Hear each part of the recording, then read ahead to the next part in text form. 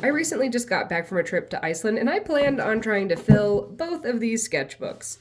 Did I succeed? No, I did not. Unlike Spain, I did not come back with a completely finished sketchbook. These had two different purposes. So this was going to be my personal one, and this was going to be my very special gift to somebody. Speaking of, if you are a very special somebody named Liz and you like to be surprised, you might want to scroll away.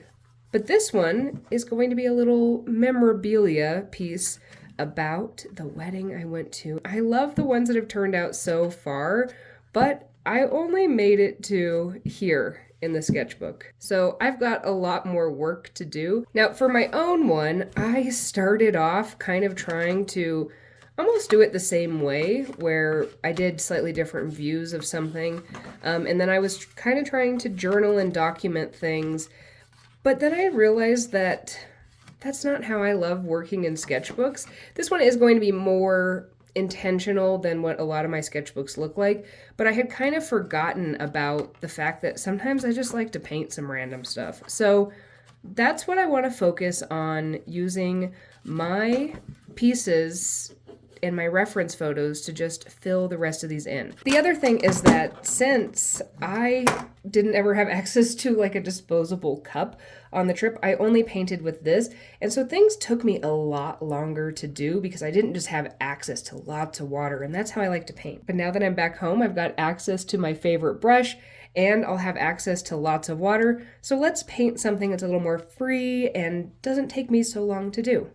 Before I went, I actually prepared all the pages in my personal sketchbook with some just random colors. This is something I learned on that retreat to Spain that just adds a little bit of chaos and a little bit of fun. So I selected a page that I thought would look good with my subject, which is going to be dandelions. There are dandelions everywhere in Iceland, and I think it's so beautiful that they're here and there, and they do look a little different there. I'm going to start by sketching in some of the ones that are kind of closed off. So I'm just taking my brush and making some very simple lines with the yellow, keeping them kind of close together, and then they were splayed out, so I re-looked at my reference photo and they actually kind of closed up. So I changed the direction of those strokes, and then I'm going to have one that's a focal point, and I'm just going to have it all radiate out. Now, one of the big things that I thought was different is I thought the ends of their little petals were a little more squared off there. I also noticed that the caps that kind of connect them to the stems were a little bit more olivey there than they were here. I think they might be a slightly different variety. Somebody fact check me. So I put an olivey green color and I made little caps to go on the bottom of those closed ones. And then I switched over to a brighter green and just made little stems down, all kind of from a center point, or center-ish point. Another difference was it seemed like their leaves were a little bit more scraggly. So I'm just going to put in a couple of them. I'm going to start with a brown color because their center part was a little more brown.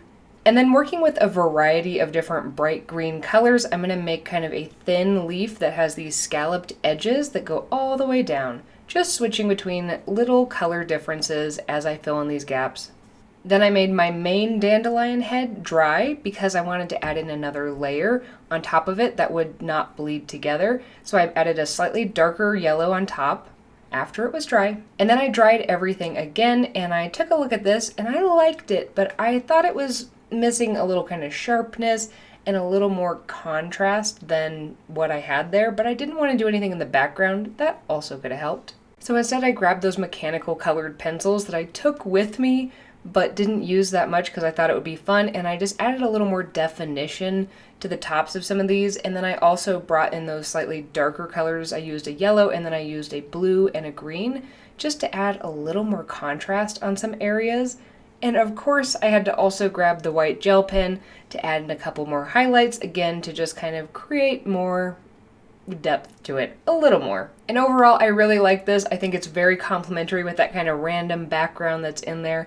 And this was a lot of fun to do at home in the comfort of my studio with my comfortable supplies.